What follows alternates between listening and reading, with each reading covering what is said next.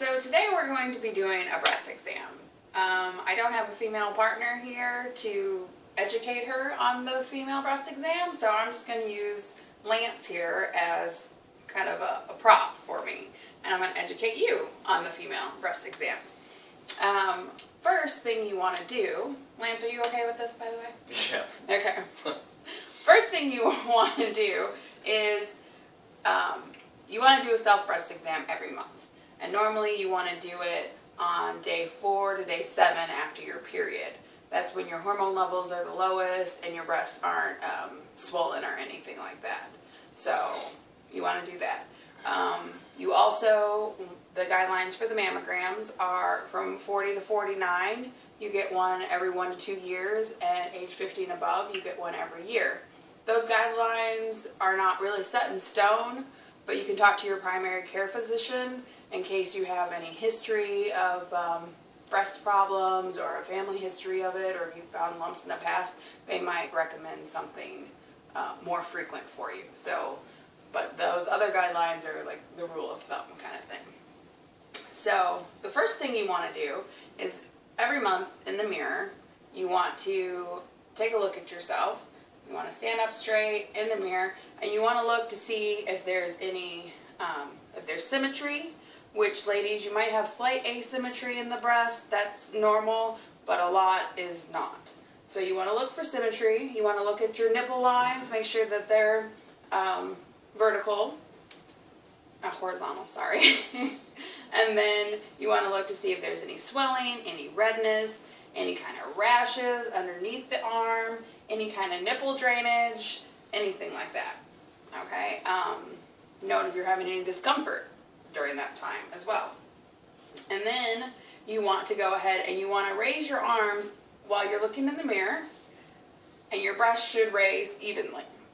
And then you want to put your arms down and on your hips, and pop out your chest, and it should be all symmetrical. And then you want to put your arms together like this and push a little down, so that when you're in the mirror, you can see your breast rise or fall. Okay?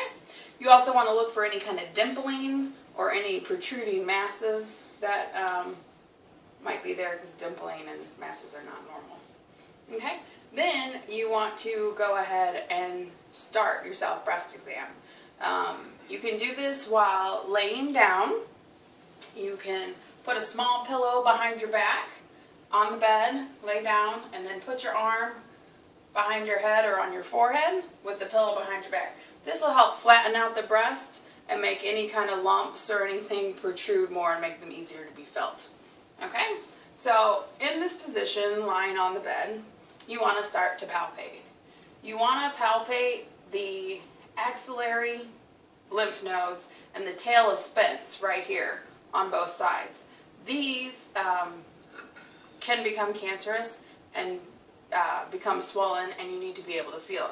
So you're going to do a deep palpation when you're doing this so that you can feel anything with a finger motion like so you don't miss any kind of lumps. All the way down here in the anterior and the posterior. Feeling for any lumps. And then the tail of Spence, which is right in here. Okay? Then, while still in this position, you want to palpate the breast area. You can use the vertical technique, which is a down, up, around, like this. And then you don't want to lift your fingers off the breast so that you, again, you're not missing any point. So it's just a down, and a back up, and then down again, and back up. Okay. You want to look for any nipple discharge, because that's abnormal unless you're lactating and pregnant.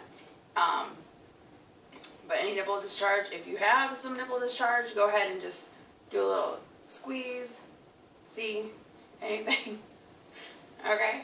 And then if you do have nipple discharge, you want to know the color, the consistency, any kind of odor, the amount, you know, that kind of stuff.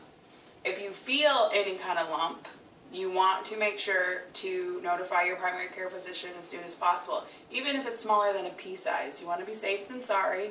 A lot of the lumps you have are non-tender, but still can cause a problem. So you don't want to You don't want to wait till there's pain.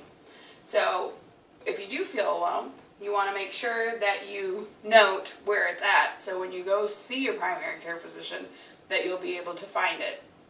So you would want to divide the breast into 4 quadrants, like this and like this. And the talus pens is on the upper quadrant. And then you would note how far away from the nipple the lump is, wherever it's located at. And then you would want to note the size, like if it feels like a pea, if it's the size of a dime, a quarter, anything like that. And then you would want to note the consistency. Does it feel hard? Does it feel like it's fluid? Is it mobile? Does it move? Does it hurt? Anything like that. And so you would want to note all those things so when you go see your primary care physician, that they would be able to find it, see if it got any bigger, anything like that. So note the distance from the nipple and what quadrant it's in. Okay? Also, make sure you use the pads of your fingers when you're palpating. So just like this, all the way down. And